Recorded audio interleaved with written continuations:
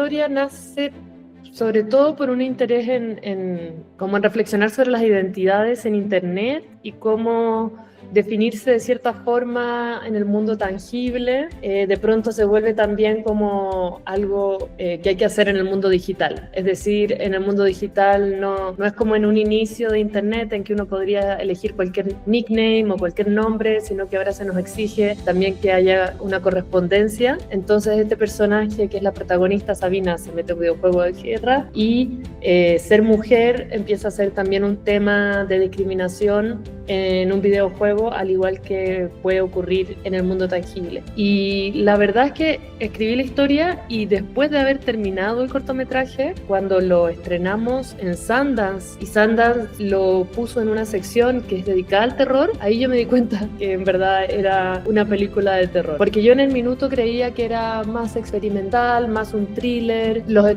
gringos de alguna forma me dijeron muy sabiamente como, no, si hay un personaje con un cuchillo mirando a alguien en una ducha, o sea, eso ya es género de terror, no hay ninguna duda.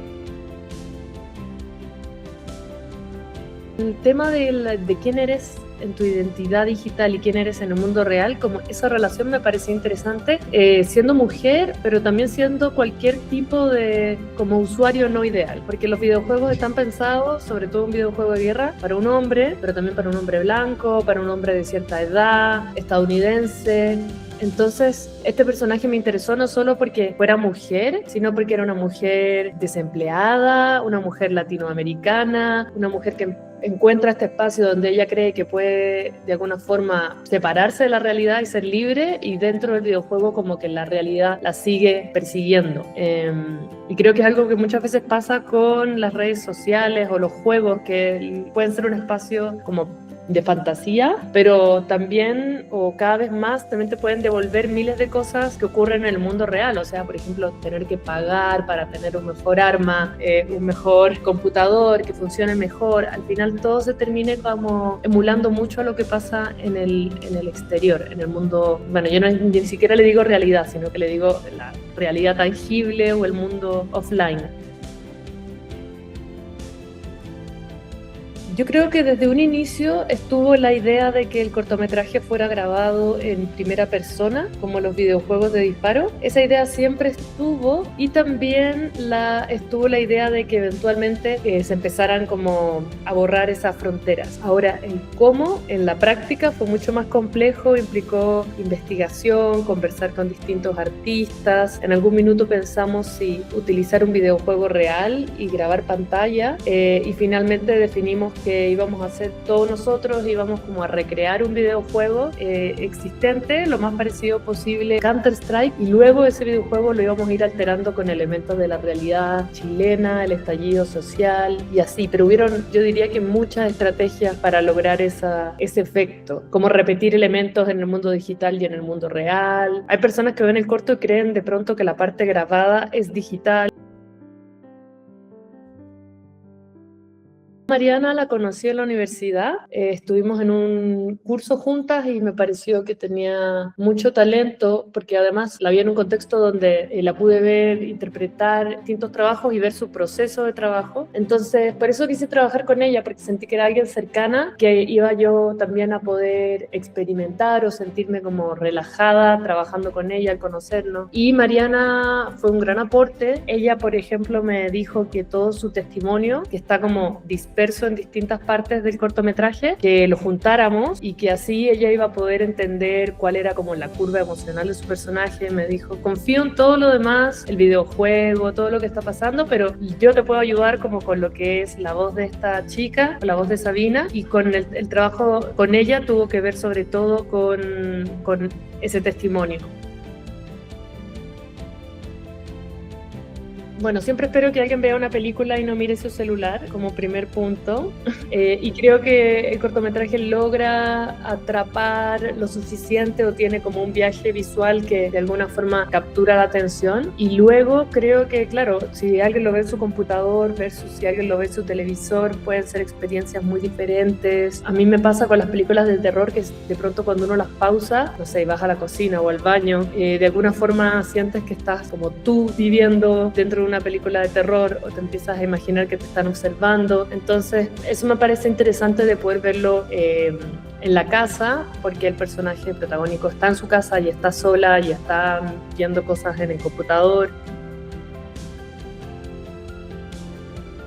Definitivamente, sí, creo que hacer un cortometraje de ficción es, para a quien le interese perseguir la carrera de dirección, me parece un paso fundamental. O sea, por mucho que uno haya dirigido otras cosas, creo que un cortometraje te permite como entender tu lenguaje, entender tu estilo, probar cosas y luego también eso para todas las otras formas que existen para conseguir financiamiento de hacer un largometraje, siempre te van a pedir haber hecho un corto que haya tenido algún tipo de impacto, que haya estrenado en ciertos festivales. Es como, sí, es como un videojuego. O sea, es como consigues algo que te permite pasar a la siguiente etapa.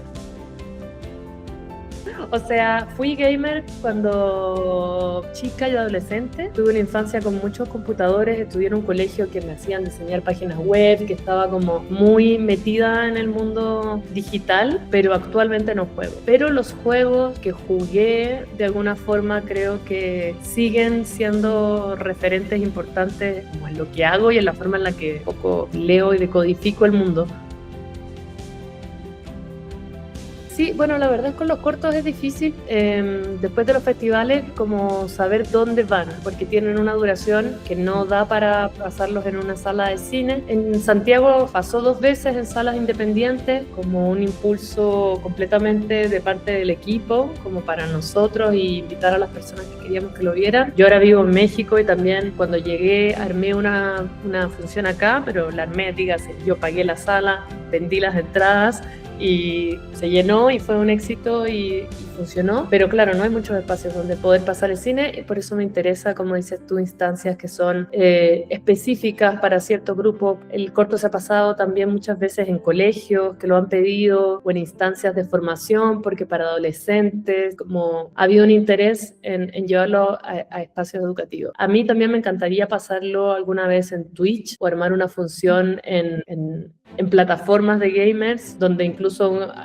alguien lo podría comentar en vivo a medida que lo está viendo. Como que creo que a partir de ahora se empiezan también a abrir esas posibilidades, pero es un proceso, o sea, festivales, salas de cine, plataforma, y luego ya pueden venir otras formas de difundirlo.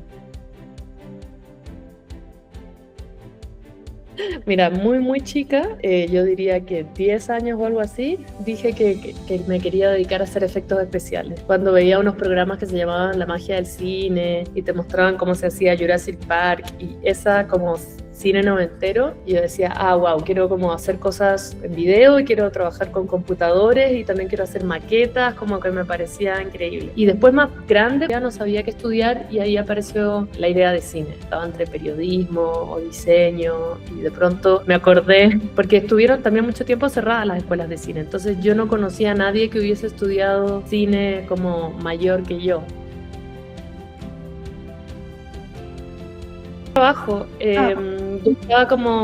como guionista y estaba trabajando, por ejemplo, para proyectos en Fábula, y Fábula empecé a trabajar con proyectos de Fábula México. Yo dije, bueno, entre estar teniendo Zoom desde Chile con México y vivir en México, que tiene mejor clima, y me vine acá y funcionó súper bien. O sea, creo que hay una industria súper grande y ahora que existen las plataformas, también eso como que ha abierto la posibilidad de poder moverse trabajando. O sea, yo estoy trabajando ahora en proyectos mexicanos y proyecto colombiano y también algún proyecto para Chile, entonces es estar ahí más LATAM.